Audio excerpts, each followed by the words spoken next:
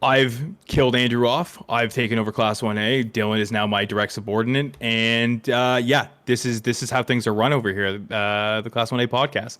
What's going on, guys? No, Andrew's just out this week, so it's gonna be myself and Dylan, the degenerate duo. We're back in action, and I think this is an especially good episode for us to take over.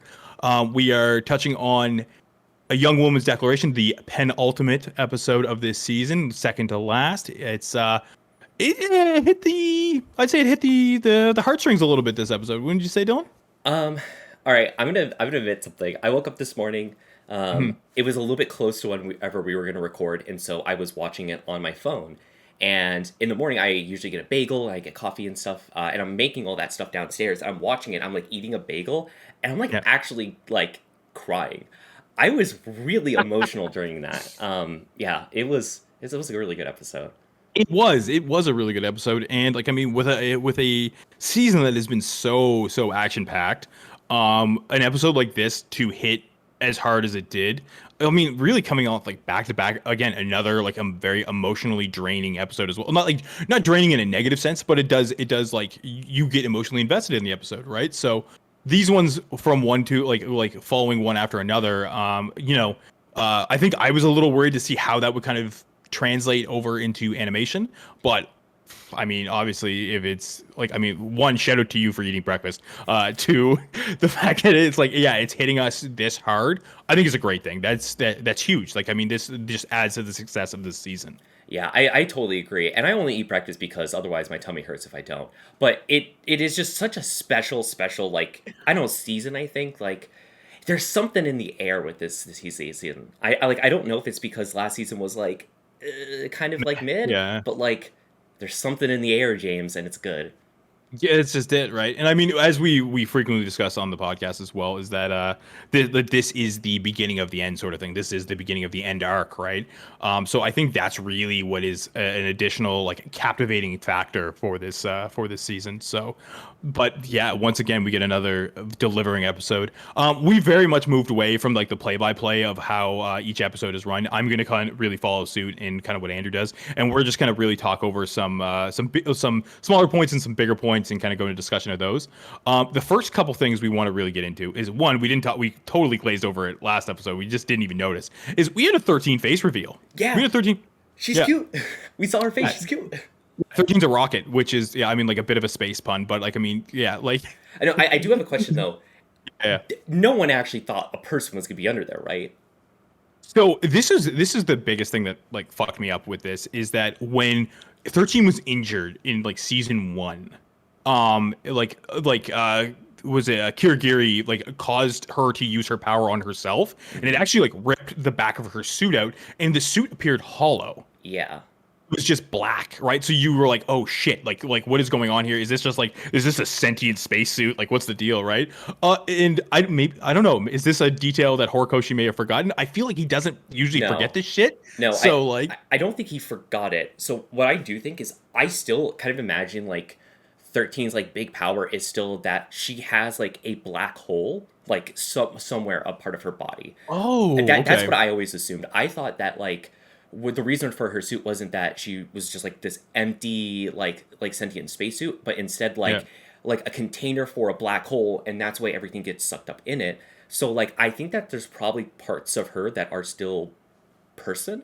Um, person, yeah. or it's either that or she can do something with her body to kind of make it a black hole, and maybe it's like an on-off thing. Oh, it might be just like when she activates her power kind of thing or something like that. Yeah, Yeah, it very much could be. But so we know that at least her head is people, people. human people cute. We know that Yeah, so far.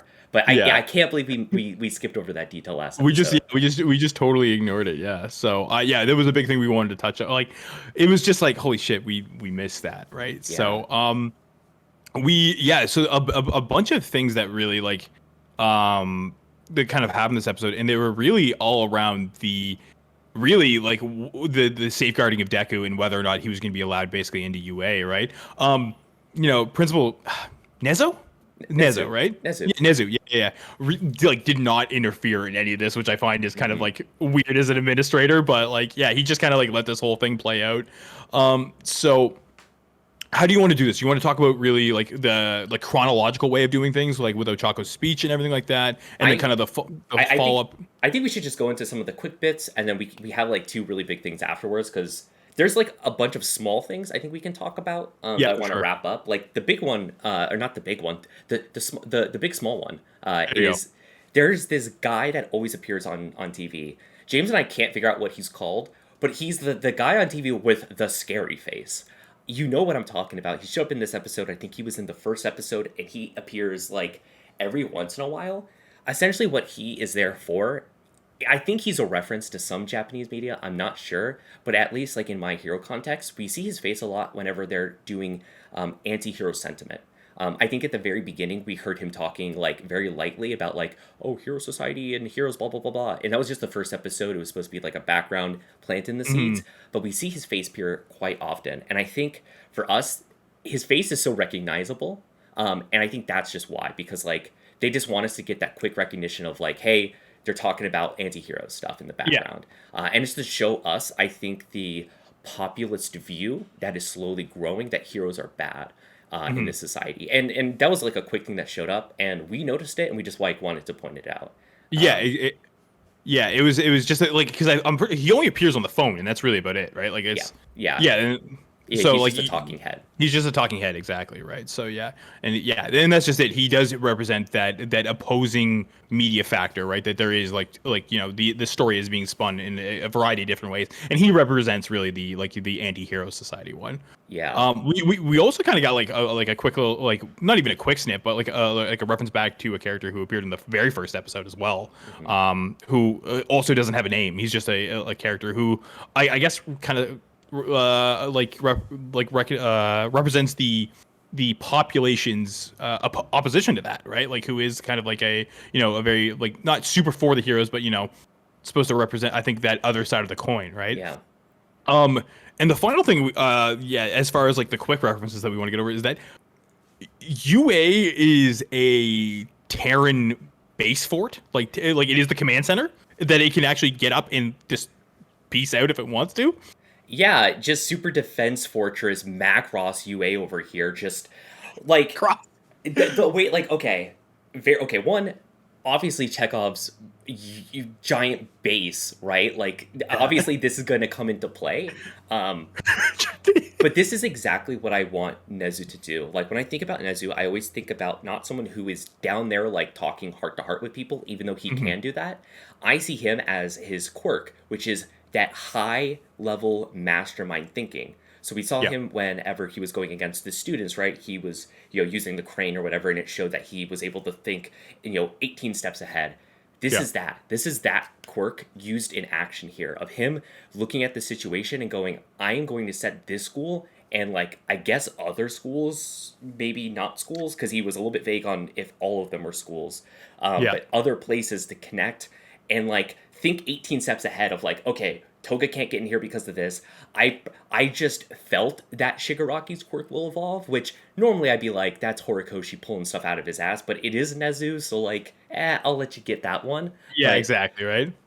it's It cool. it is cool, and like because I think that is a very difficult quirk to really like display when it's in Yes. action, right? Yes. It's very one of those like meta things, and like kind of like you said, it is so quick to be like, okay, you're just like handing this character things because that's his quirk, you know what I mean? But it's the line of thinking and how it's displayed Hmm. really shows how that quirk works, and I think that's sick. I think this is peak Nezu, and it really yeah, it really lends to his character on how intelligent he really is, right? So Hmm. it's yeah, no, that's dope. Like I'm so like yeah, it is Chekhov's moving base. Like you can't just say it and then it not happen. So I'm pumped Yeah. for whatever the fuck that happens, right? Like Yeah, and the mention of like Shiketsu High too, it's like, okay, well you get to see them.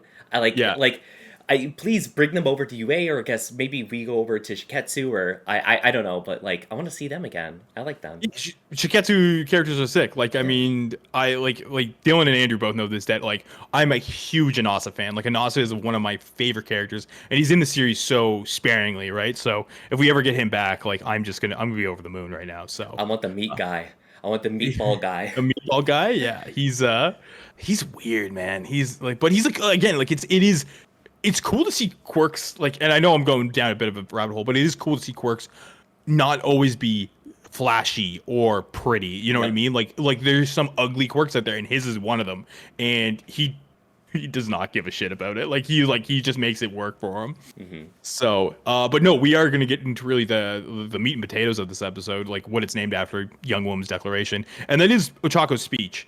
Um, it it was rousing, right? Like, I mean, I Oh think yeah. this is another huge credit to the VA of Ochako, who really just like drives this home. It really like hits you. You can hear the emotion in her voice when she's acting this out, and I think that is like one of the big things to that really makes this as effective as a scene as it is.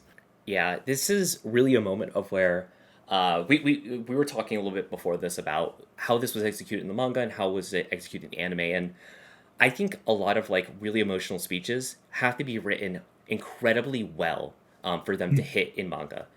Which I did like the speech; I thought was good, but the voice acting really sold it for me. It like threw it over the top. It's the one that like brought me to tears because it was really good, and the thing I thought was next level about it is not only that, but like you can also tell that the teachers, like, I don't say know what they're doing, but they also kind of know what they're doing and they're letting the kids kind of like take action here because they know they're the ones that actually have to take the action here. They can't do the things. So like the little nuances of like Genus being like, hey, it's not our time to talk, right? Or like Yeah.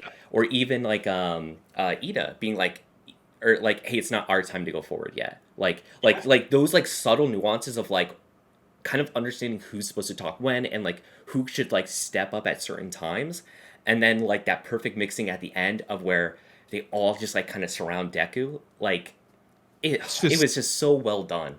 it's just yeah, it gets so well, and really, I think like it didn't hit me nearly as much when I read it as when I heard it. But like a person with special powers is not made it like isn't always a special person, right? Like that like line there, and I know I'm doing a gross injustice, just kind of like reiterating it, but like that hits, right? That really Mhm. does hit.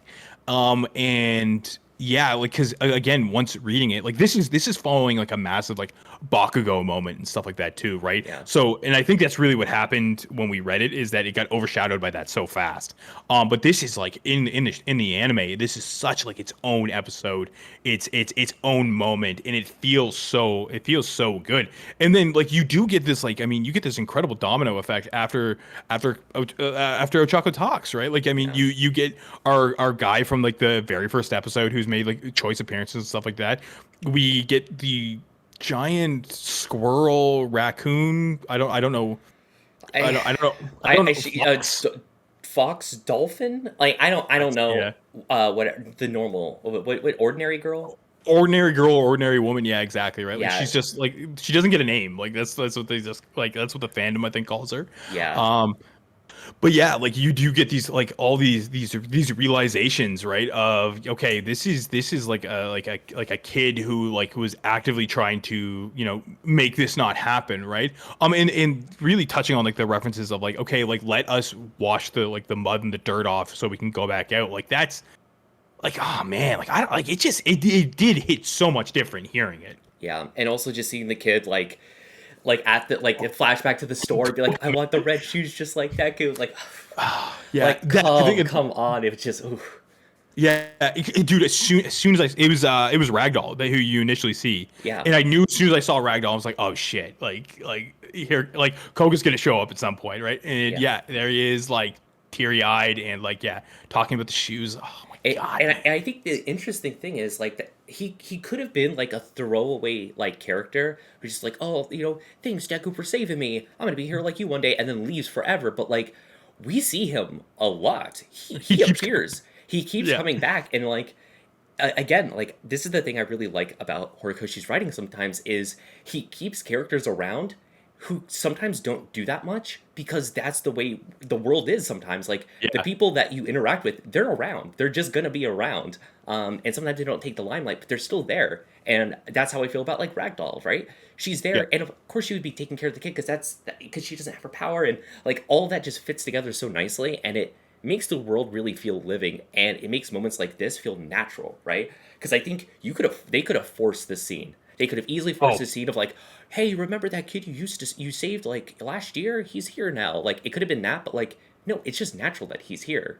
yeah, because like that's just like what's happening right now, right? There's no lead up to it. There's nobody explaining why it is. It's just existing, and like I think that's the big thing is that it's a living world. Like it's not like once you like leave the zone, okay, like everybody fades into the background and that's it, right? Like I mean, I think that's why we still have like so many characters in the class who like don't really have like a prominent feature and stuff like that. But that's just it. They don't go anywhere. They're still there. So yeah, I think this is a great representation of all these things. Like I would say, Ordinary Girl is really the representation of the like I guess quote unquote force narrative of like this is somebody you helped and this is what it looks like sort of thing. But then you also have the passive helping with like Koga and stuff like that. Hmm. Who like that was ages ago. Like you know what I mean? That was season 2 technically. That was a Yeah. year ish, and I think in the real timeline, because it was the force training arc and everything. Hmm. So like,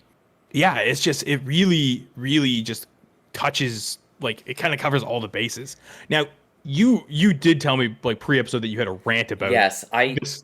it clicked. It literally clicked. I don't know why it took me this long. Everyone knows I like to dive really deep into like what does this show mean? What are they trying to say here? And I felt so stupid watching this episode because I just got it. Because like there is like the what is the theme of like what does it mean to be a hero? But like I actually know what the core theme is, and like it pissed me off so much. But this entire show is just about the power of friendship. Like it sounds like it's like yeah, obviously Dylan. No, it is about the power of friendship and how you can't do it alone. Because if you think about it, right? Because this episode is really culmination of saying like, yeah, Deku's really special, but like just because of his quirk doesn't mean he's the one that's going to save us all. Like we all have to come together, and they emphasize that because literally one for all is the embodiment of you can't do it without your friends. Of this power, the only thing that was able to defeat one for all for one is literally a power that is the culmination of other people's powers coming together. And I felt so stupid for not realizing that, but like, that's it. That's it. That's it, dude. That's That's it. literally Like it. yeah. Uh, Horikoshi took a simple thing, was like you can't do it alone. He's like, you know what? Fuck it. I'm gonna build an entire universe around this. Like, and I'm gonna make it work. and they really like solidified that, and I think it was the last line, and he said, "This wasn't the story about how I became the greatest hero, it's how we all became the greatest heroes." And it was like, Yeah. that's it. That's Jeez. it. That's it. It's a wrap, dude. That Yeah. we've cracked the code. Yeah, and it really, yeah, it is that, right? And it's so nice to see it represented in such a good way because we had this in like very like minor bits and pieces, I think, leading up to this, really through the previous seasons. Like I mean, yeah, Deku could help from his friends, but I mean like that's just like typical shonen shit, you know what I mean? Like that's very run of the mill and stuff, right? But now you're actually seeing him actually trying to do it on his own, and it just doesn't work. Yeah. There's no like long term, it doesn't pan out, and like you see that now represented, which I think like you need that. You need for this story to like have it as much credibility as it does. You do need the main character to realize, oh fuck, I am like I am not nearly as powerful if I don't have everyone around me, because that's kind of how my power works, right? Like so, it's yeah, man, it's a trip. Like it is a trip that like it is such a simple concept, just delivered. There is one massive moment. Maybe more massive for us. I think we always play them up because we love them. We love him. We do love them. It's yeah, it's My Heroes. I actually I was gonna call him My Heroes Deathstroke, but he is not that because Deathstroke is a massive piece of shit. Like it's Stain. We get our we get our ending moment off with Stain kind of shadowing All Might's car. So and those two have a very complex relationship at this point. So yeah, what are your thoughts on that? What do you think that means? Yeah, pre-poet that we were just talking about characters that are always just forever around. Stain, Hmm. right? Like he is forever that person that is like I describe him as like a dark shadow above this whole story sometimes because his influence is literally felt like throughout the entire series. People constantly refer to him as like the reason why they did whatever they did, hero or villain. Uh, Yeah. I I don't know. I think Stain is such a wild card because there's so many different factors. He has never actually talked to All Might yet. And in Mhm. season one, that was his whole thing of like, he was going to kill the heroes because there was no true hero out there except for All Might. Yeah, And All Might was so the only one. since then, All Might has lost his quirk though, and yeah, I think it's just like a big question mark of like what's gonna go down here is what is Stain trying to get out of All Might from talking with him? Is it going to be confrontation and ask him like what does it mean to be a true hero? Like is he going to try to like usurp him or something and just like kill him? Like Yeah. what's his angle here? Yeah, and that's just it, because like I do feel like it's never as black and white with Stain, like as far as like motives and stuff, or like or actions. Like his actions are never just like you see the Stain initial like this scene initially, and you're like, oh fuck, like what's gonna happen to All Might? You know what I mean? But you know from Stain's character that like he's not just gonna off All Might. That's not how Stain works. So yeah, it's like what is he trying to achieve by like tailing and like potentially contacting All Might, because this is now the second scene where we've seen Stain actively tailing him, right? So I Yeah. mean, I think yeah, it's gonna be like you just don't know. You don't know with him, like you really don't. Yeah, but Like we we I was go gonna say ahead. we do have one more episode after this, which We do. I can only assume that that's what this next episode is going to be about is whatever is going to happen between them, right? Because Yeah. it ends here, and then obviously whatever the setup for the next season is going to be probably. Yeah, and that's just it too, because like they like as far as like pacing for a season, like they are starting to tie up loose ends and stuff like that. Like we do have the conclusion of Deku being welcomed back into UA. So like that closes that off. Like all the outlying heroes that like we weren't sure we're gonna end up back there, like Endeavor, Hawks, everybody like that, like they're now back in there. Endeavor and Shoto had like a fairly touching moment as well. So I think we are starting to see all these threads kind of just like be tied up and everything, except for Stain and All Might. That is one big one. And then yes, of course, like I mean, we know how this is gonna end. This is gonna end on a cliffhanger in some capacity or another, It right? always does. It always does. There's no way it doesn't, right? So like, and what does that cliffhanger look like, right? So like those are the two I think big things that are gonna be covered our next episode, and then we get to wait around, and then we get our fucking filler episode like at the beginning of the season. Yeah, we're gonna get the episode, and there's gonna be some journalist in UA, and he's gonna be talking to like all the people there. It's like, tell me about your favorite time seeing the UA students, and it's gonna be like, oh, you remember that time of when they all played at the school festival, and it's gonna be a flashback to it. No, It's gonna be a flashback. Yeah. I do think that like I don't know, there's something about like the vibe now that like I don't think we're gonna get that no, anymore. Like I don't don't. think Yeah. we're getting that anymore. I think we're getting mostly just straight episodes. I think if they're gonna do any sort of like filler episode, it's gonna have to still be like I don't know, still like Relevant. something. It's gonna have to be Yeah. relevant. It's gonna be more of like stuff that wasn't in the manga added on rather than just like a clip episode. Yeah, I think yeah, it's definitely going to be stuff that I maybe was like omitted from like the manga to the anime. But I mean, the anime is pretty good at doing panel for the most part.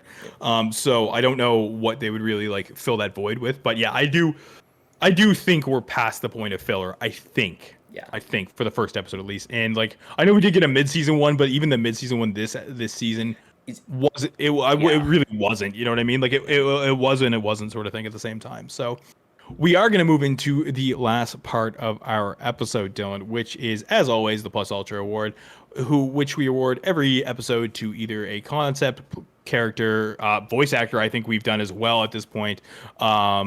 Like the meta staff, not like like we've done everything at this point. We've really done everything. So I'm gonna like because it's just you and I get to be a dickhead and hand it right back off to you. Yeah. So I feel who like do you got? I feel like I've been number one for picking for like the past couple weeks. But anyways, it's Andrew always goes for you. Always goes for he you. always goes for me because he knows I got the best. I do think it's Uraraka's VA though. Like it just elevated the episode. Or Rocka's VA. Uraraka's VA, specifically Okay. the voice actress. Like just Yeah, for sure. elevated the episode. Like Yeah. I think if you had a lesser voice actor, this would have just been a very okay episode. But because she is so good, like this is now like an emotional high point of the series, and like again, there's something in the air with this season, and it's just rounding out so well. And yeah, just did an incredible job. It turned an okay scene from us into an amazing scene. Yeah, because I do think this is like I mean it is of course a plus ultra moment for Uraraka's character. Yes.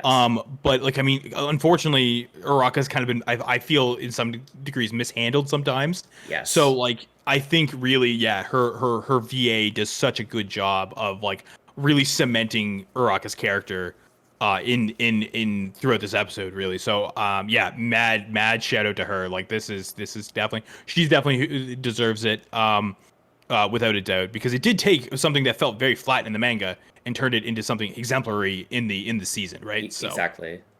yeah. So yeah, that basically wraps up this episode. We're gonna be back next week, and I think, Dylan, it might just be you and I again. No, so I believe next week we're going to have all of us for the very last episode. It is going to wrap up the same way that we wrap up every single season, of where we'll do the last episode, and then after that we'll kind of do like a whole up like seasonal recap where we'll Yeah. talk about season 6 as a whole. Break it down a little bit, talk about some of our favorite moments, and honestly just like kind of bark out about season 6 and just use it as a moment to kind of celebrate just how good it was and just like shoot the shit around it. And then from there we can do a little bit of speculating of like what's next, what's going to happen next, and then maybe a little bit of a preview of what's to come from Class 1A after that. Yeah. Really, just yeah, it'd be a nice, like, very less like regimented, more speculation, like, casual shooting the shit kind of thing, right? Like, which I think you and I especially get in like down the rabbit hole Oh yeah, a lot. yeah. With, We could make a 5-hour episode if Andrew wasn't around. yeah, he really does. He's like, all right, I'm just gonna throw the blinders on these two idiots, and I'll just get them back on track. But no, that does it all for us here at the Class 1A podcast. Check us out on YouTube at Class 1A podcast. Oh my god, YouTube is just Class 1A. there we go. Thank you. Yeah, no, I don't even know our own like shortcut, our own link. Yeah, check us out there. We you can really see all of our previous season recaps to kind of know what you're getting into for the next couple episodes as well. So with that, we will see you all next week, and yeah, until then.